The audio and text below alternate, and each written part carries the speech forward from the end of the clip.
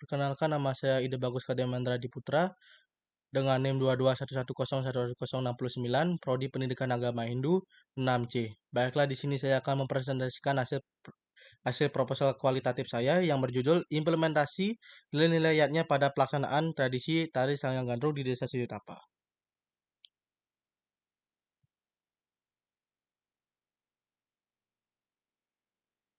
Yang pertama, pendahuluan. Di Desa Siditapa yang terletak di Kecamatan Manyar, Kabupaten Buleleng, Provinsi Bali, merupakan salah satu desa kuno yang masih memelihara berbagai tradisi yang diwariskan secara turun-temurun dari para leluhur. Salah satu tradisi yang masih terjaga kelestarian hingga kini adalah Sangyang Gandrung, sebuah tarian sakral yang memiliki nilai religius dan sosial yang tinggi bagi masyarakat setempat.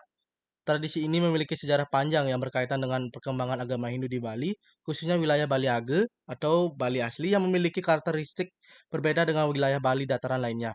Secara historis, tradisi Sangyang Gandrung telah ada sejak era pra-Hindu dan mengalami proses akulturasi dengan nilai-nilai Hindu setelah masuknya agama Hindu ke Bali. Menurut catatan lontar kuno yang tersimpan di desa Siditapa, tradisi ini bermula dari upaya masyarakat untuk menangkal wabah penyakit dan bencana yang melanda desa mereka. Para tetua desa mendapatkan petunjuk melalui mimpi untuk melaksanakan tari sakral yang kemudian dikenal sebagai Sangyang Gandrung sebagai media untuk memohon perlindungan dan kesembuhan dari para dewa.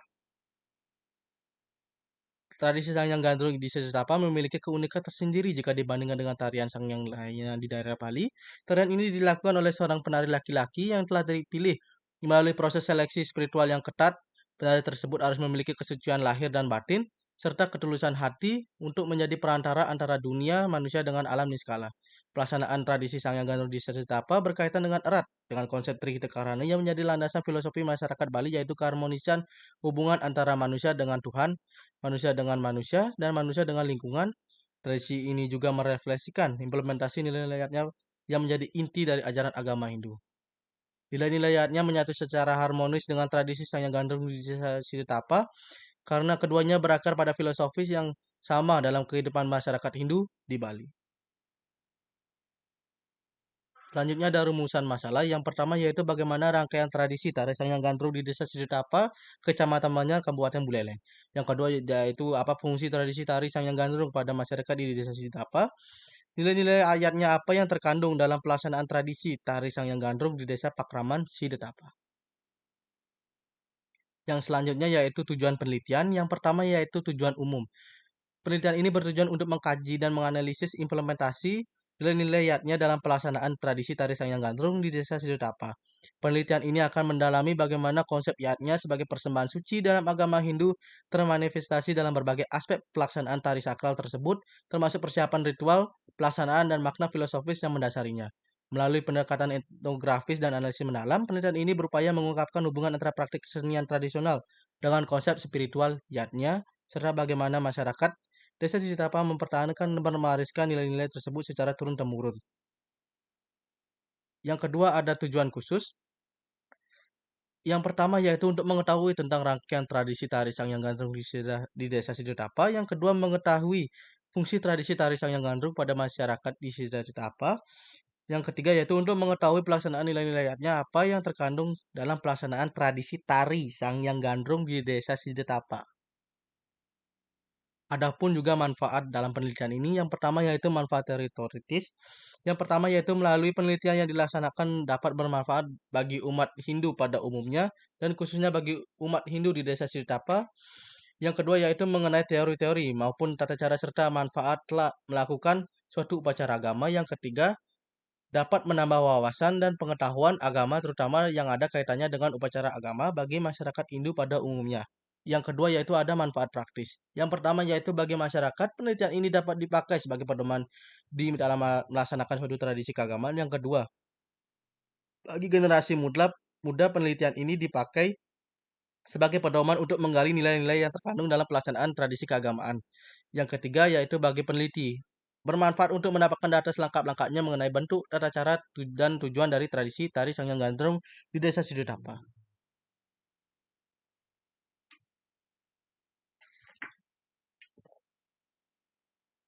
Selanjutnya yaitu pada bab 2 kajian pustaka.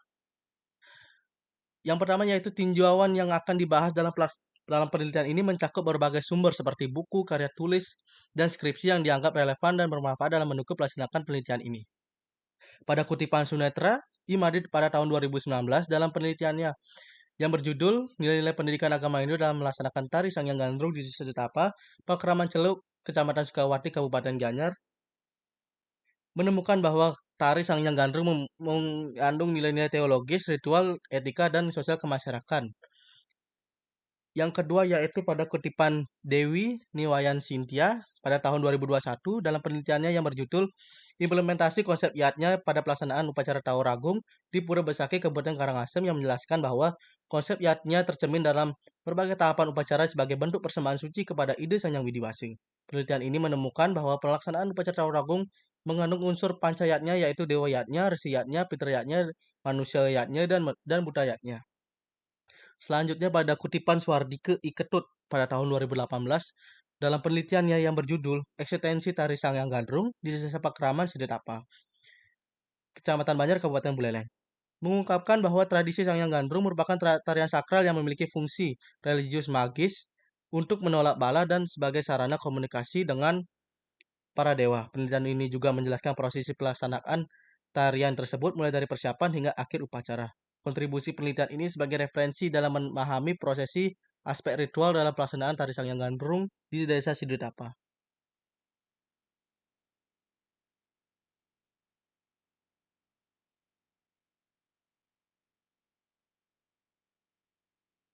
Selanjutnya pada kutipan Purnami Nimade Ari 2022 dalam penelitiannya yang berjudul Makna filosofis yatnya dalam upacara keagamaan di Bali. Studi kasus Desa Adat Penglipuran Kabupaten Bangli menerangkan bahwa yatnya sebagai konsep pengorbanan suci memiliki makna filosofis yang mendalam dalam kehidupan masyarakat Hindu di Bali. Penelitian ini mengungkapkan bahwa pelaksanaan yatnya tidak semata-mata berupa ritual fisik, tetapi mengandung dimensi spiritual yang bertujuan untuk mencapai keseimbangan dan keharmonisan hidup. Yang kedua yaitu kutipan dari Putra I. Nyoman Widya pada tahun 2022 dalam penelitiannya yang berjudul Tari Sangyang sebagai media pendidikan spiritual dalam masyarakat Hindu di Bali, mengkaji bagaimana tarian sakral Sangyang berperan sebagai sarana pendidikan nilai-nilai spiritual dalam masyarakat Hindu. Penelitian ini menunjukkan bahwa melalui tari Sangyang, nilai-nilai keagamaan, etika, dan spiritual ditransmisikan kepada generasi muda. Kontribusi penelitian ini sebagai referensi dalam menganalisis tari Sangyang Gandrung sebagai media implementasi nilai-nilainya di Desa Sidetapa. Selanjutnya pada kutipan Ardana Igusti Ketut pada tahun 2019 dalam penelitiannya yang berjudul Konsep Yatnya dalam Pelestarian Kesenian Tradisional Bali, menganalisis bagaimana konsep Yatnya melandasi upaya pelestarian berbagai bentuk kesenian tradisional di Bali. Penelitian ini menemukan bahwa Yatnya sebagai persembahan suci merupakan motivasi utama masyarakat dalam melestarikan seni budaya tradisional. Baiklah, selanjutnya pada konsep penelitian yang pertama yaitu tradisi. Secara etimologis, kata tradisi berasal dari bahasa Latin yaitu tradition yang berarti sesuatu yang diwariskan atau diteruskan dalam konteks kebahasaan. Tradisi memiliki makna yang berkaitan dengan kebiasaan budaya atau adat istiadat yang berlangsung dari generasi ke generasi. Berikut ini akan dijelaskan pengertian tradisi menurut beberapa ahli. Yang pertama yaitu Suarjono Sukamanto yang menyatakan bahwa tradisi adalah suatu bentuk kegiatan yang dilaksanakan suatu kelompok orang atau masyarakat secara terus-menerus.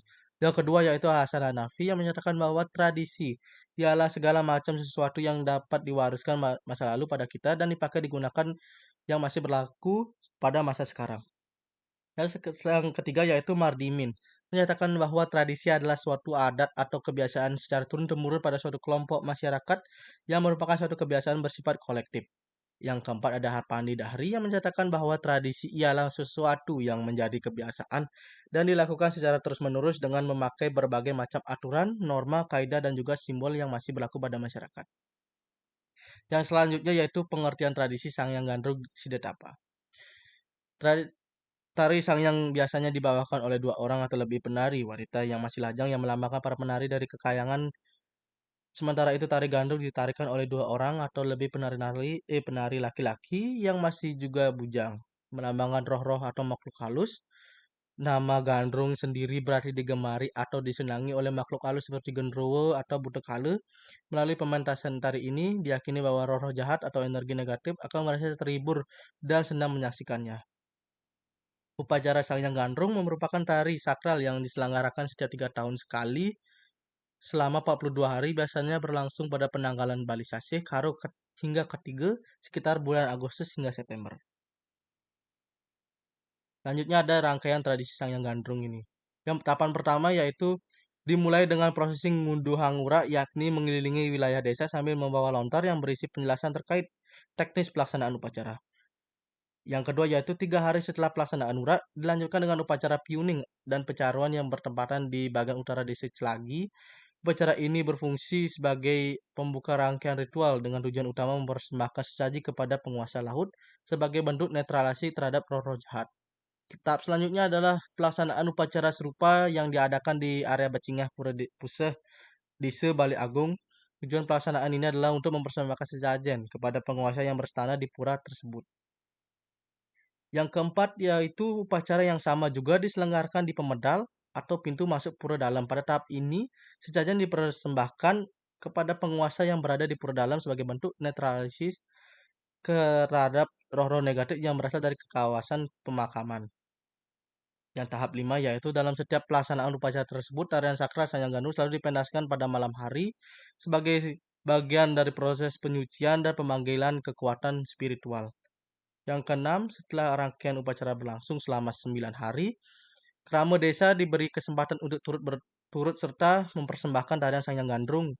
Tradisi ini dilanjutkan hingga keseluruhan rangkaian mencapai durasi 42 hari. Penutupan dari keseluruhan rangkaian upacara ditandai dengan pelaksanaan kembali pecaruan dan tabuhrah serta persembahan tegak-teganan yakni hasil pertanian seperti pale bungkeh, pale rambat, dan juga pale gantung. Nah, di sini fungsi tradisi Sangyang Gandrung itu ada tiga. Yang pertama yaitu fungsi religius, yang kedua fungsi sosial, dan juga fungsi edukasi. Mohon maaf, pada PPT ini saya mencantumkan dua fungsi religius dikarenakan saya salah ketik. Yang pertama yaitu fungsi religius. Dalam konteks keagamaan, khususnya dalam ajaran Hindu, tari gandrung memiliki makna sakral dan hanya ditemukan di desa Sritapa. Tarian ini bersifat religius karena dipersembahkan kepada ide Sanyang Widiwasi sebagai bentuk rasa syukur atas melimpahnya hasil panen yang diterima masyarakat. Yang kedua, fungsi sosial. Dari sisi sosial, tari Sangyang Gandrung mengandung makna sebagai bentuk tolak bala, yaitu sebagai penangkal gangguan dari roh-roh jahat yang diyakini bisa menimbulkan musibah. Dengan adanya pertunjukan ini, masyarakat berharap agar desa setempat terhindar dari bahaya dan penyakit. Yang ketiga yaitu fungsi edukasi. Selain nilai sakral, tarian Sangyang Gandrung juga memiliki nilai edukatif. Tarian ini mengajarkan pentingnya melaksanakan upacara adatnya sebagai wujud rasa syukur kepada ide Sanyang Widi berupa persembahan hasil bumi yang diberikan melalui ritual ini menjadi simbol kesadaran untuk selalu bersyukur atas anugerah yang diterima. Selanjutnya yaitu nilai-nilai adatnya pada dalam tradisi Sari Sangyang Gandrung di Desa Sidutapa.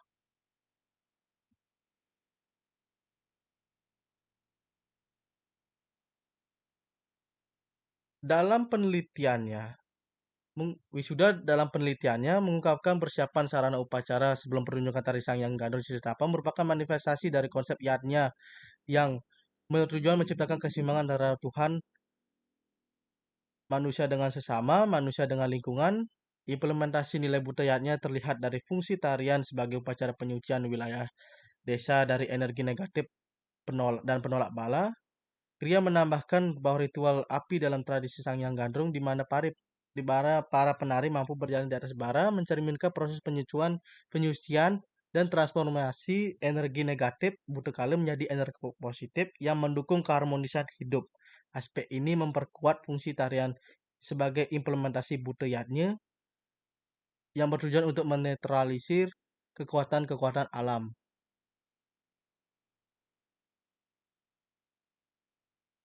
Sudarte pada kutipannya menjelaskan bahwa tari Sangyang Gandrung di Desa Sedapa menjawantahkan nilai-nilai dewayatnya dan juga budayanya secara simultan, di mana tarian ini menjadi media untuk memuja para dewa sekaligus menetralisir energi negatif. Implementasi nilai dewayatnya dalam tarian ini tampak pada prosesi pemujaan di Pradesa sebagai tahap awal pertunjukan yang mencerminkan persembahan kepada manifestasi Tuhan dan para dewata. Dalam dimensi manusianya, tarian ini juga memiliki makna yang mendalam. pada kutipan Sukawati pada tahun 2017 menyatakan proses pemilihan dan persiapan penari Sangyang Gandrung di desa Sitapa mencerminkan nilai-nilai manusiaatnya di mana anak laki-laki yang belum akil balik dipandang sebagai sosok suci yang mampu menjadi media komunikasi dengan alam dewata. Aspek fitriyatnya dalam tradisi tari Sangyang Gandrung di Sidetapa yang dikaji oleh Dwi Jendre pada tahun 2020 yang menyatakan pertunjukan tarian ini juga memiliki dimensi penghormatan kepada leluhur di mana roh-roh suci leluhur diyakini hadir dan memberikan perlindungan kepada masyarakat desa melalui media penari yang kesurupan ini. Aspek resiannya dalam tradisi tari Sangyang Gandrung tercermin pada penghormatan terhadap pemimpin spiritual dan pemangku adat yang memimpin ritual. Suparman pada tahun 2018 menjelaskan peran pemangku dan balian dalam ritual Sangyang Gandrung di Desa Setapa sangat sentral sebagai penjaga dan penerus kearifan spiritual yang diwariskan secara turun-temurun.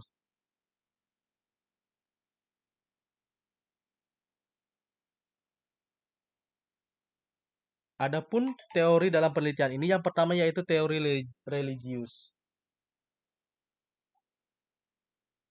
Teori religius, teori fungsional, struktural, dan juga teori nilai. Yang pertama yaitu teori religius.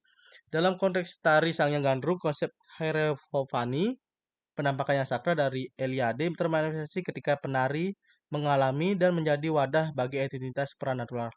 Wiana pada tahun 2018 mengembangkan konsep ini dalam konteks Hindu Bali dengan menyatakan ritual yatnya dalam tradisi Bali menciptakan ruang dan waktu sakral di skala patra yang memungkinkan terjadinya komunikasi transendental antara manusia dengan para dewa dan juga leluhur. Selanjutnya yaitu teori fungsional struktural. Grier pada tahun kutipan dari Grier tahun 2018 menerapkan kerangka teoritis persons ini dengan menyatakan ritual yatnya dalam tradisi Sangyang Gandrung di Desa Sitapa berfungsi sebagai mekanisme adaptasi masyarakat terhadap lingkungan spiritual dan alamiah, sarana pencapaian tujuan kolektif berupa keselamatan dan kesejahteraan desa, medium integrasi berbagai elemen sosial dalam komunitas, dan wahana pelestarian pola budaya yang diwariskan oleh leluhur. Selanjutnya pada teori nilai, tradisi tari Sangyang Gandrung di Desa Sidetapa dapat dianalisis secara komprehensif melalui berbagai teori nilai yang dikembangkan oleh para ahli. Teori nilai dari Max Scalers yang menggolongkan nilai dalam hierarki dari nilai hedonis, nilai vital, nilai spiritual, hingga nilai religius memberikan kerangka untuk memahami kompleksitas nilaiatnya dalam tradisi tersebut. Swastini pada tahun 2021 menerapkan teori ini dengan menyatakan implementasi nilainya dalam tarian Sari Sangyang Gandrung menunjukkan dominasi nilai religius yang diintegrasikan dengan nilai estetis berupa keindahan gerakan tari, nilai sosial berupa solidaritas komunal, dan nilai teoritis berupa pengetahuan historis yang diwariskan turun-temurun. Adapun model penelitian yang ada pada PowerPoint kali ini. Saya akan menjelaskan deskripsi tentang model penelitian itu. Tari Sangyang Gandrung memiliki keterkaitan dengan upacara yatnya, di mana pelaksanaan tarian sakral ini selalu dilangsungkan dengan upacara yatnya. Dalam konteks tradisi tari Sangyang Gandrung di Desa Sidapa, Kecamatan Banjar, Kabupaten Buleleng ini, nilai-nilai yatnya kental dalam setiap aspek pelaksanaannya. Tidak hanya terbatas pada fitra yatnya, tetapi juga mencakup dewa yatnya, resi yatnya, manusia yatnya, dan budaya yatnya secara menyeluruh. Penelitian tentang tari Sangyang Gandrung ini mengacu pada rumusan masalah yakni bagaimana rangkaian pelaksanaan tari Sangyang Gandrung di Desa Sidapa, apa fungsi tari Sangyang Gandrung dalam kehidupan sosial dan religius masyarakat desa Sidetapa, dan nilai-nilai yatnya apa yang terkandung dalam pelaksanaan tradisi tari Sangyang Gandrung di desa Sidetapa. Ini diharapkan dapat mengungkapkan pendidikan agama Hindu yang mendalam, terutama berkaitan dengan konsep yatnya sebagai persembahan suci yang menjadi fondasi kehidupan religius masyarakat khususnya di desa Sidetapa. Selanjutnya pada bab 3, yang pertamanya yaitu metode penelitian. Pada jenis pendekatan dan penelitian. Yang pertama yaitu jenis pendekatan. Pendekatan teologi ilmu-ilmu keagamaan digunakan untuk mengkaji nilai-nilai yatnya sebagai konsep spiritual dalam ajaran agama Hindu yang termanifestasi dalam tradisi tari Sangyang Gandrung Kojeningrat pada tahun 2022 menjelaskan bahwa ritual keagamaan merupakan wujud dari sistem religi yang memiliki makna mendalam bagi penganutnya. Melalui pendekatan ini, peneliti dapat menganalisis makna sakral dan nilai-nilai spiritual yang terkandung setiap elemen ritual tari-tarian tersebut dan juga bagaimana kehidupan mereka berlangsung. Ya, selanjutnya yaitu pendekatan sosiologi. Untuk memahami hubungan antara tradisi tari Sangyan Gandrung dengan struktur sosial masyarakat desa Sitapa menurut Durkheim dalam Ritzler 2012, ritual keagamaan memiliki fungsi untuk memperkuat solidaritas sosial masyarakat. Dengan pendekatan ini, penelitian dapat menganalisis bagaimana nilai-nilai yatnya dalam tarian tersebut mempengaruhi konseksivitas sosial. Yang selanjutnya adalah pendekatan filosofi sejarah. Pendekatan filosofi sejarah untuk menelusuri asal-usul perkembangan tradisi tari Sangyan Gandrung serta transformasi nilai, ya nilai-nilai yatnya yang terkandung di dalamnya. Sebagaimana dinyatakan oleh Kunto Wijoyo tahun 2003, sejarah tidak hanya mempelajari rangkaian peristiwa masa lalu, tetapi juga nilai-nilai dan makna yang terkandung di dalamnya. Pendekatan ini membantu menguatkan bagaimana nilai-nilai yatnya dalam tradisi tersebut bertahan dan berubah seiring dengan perkembangannya zaman.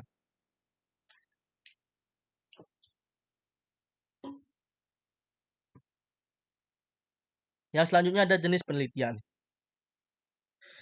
Penelitian ini merupakan penelitian deskriptif dengan pendekatan kualitatif. Menurut Sugiono, penelitian kualitatif adalah metode penelitian yang berakar pada filsafat positivisme dan digunakan untuk mengkaji objek dalam kondisi alami, di mana peneliti berperan sebagai instrumen utama. Pemilihan data dilakukan secara pervasif dan menggunakan teknik snowball, dan data dikumpulkan melalui teknik triangulasi, menggabungkan berbagai mode, dianalisis secara induktif atau kualitatif, dan hasil penelitian kualitatif lebih berfokus pada makna daripada generalisasi.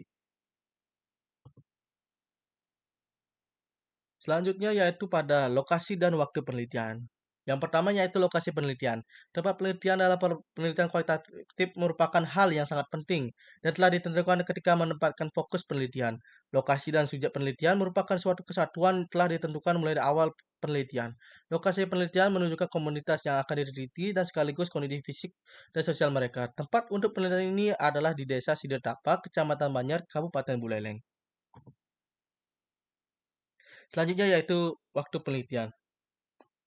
Dalam kutipan Sugiono, tahun 2008 menyatakan waktu penelitian adalah waktu yang akan digunakan oleh peneliti untuk melakukan penelitian. Biasanya waktu yang digunakan sudah pertimbangan dan perhitungan oleh pihak tertentu guna tercapainya ketepatan waktu dalam sebuah penelitian. Waktu penelitian yang dilakukan dalam penelitian ini adalah 4 bulan terhitung dari surat keputusan yang dikeluarkan oleh pihak lembaga untuk melakukan penelitian dari bulan Januari sampai dengan bulan Juni.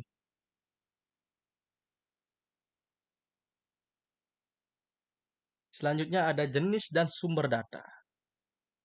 Menurut Sugiono pada tahun 2008, terdapat dua jenis data dalam penelitian, yaitu data kuantitatif dan data kualitatif.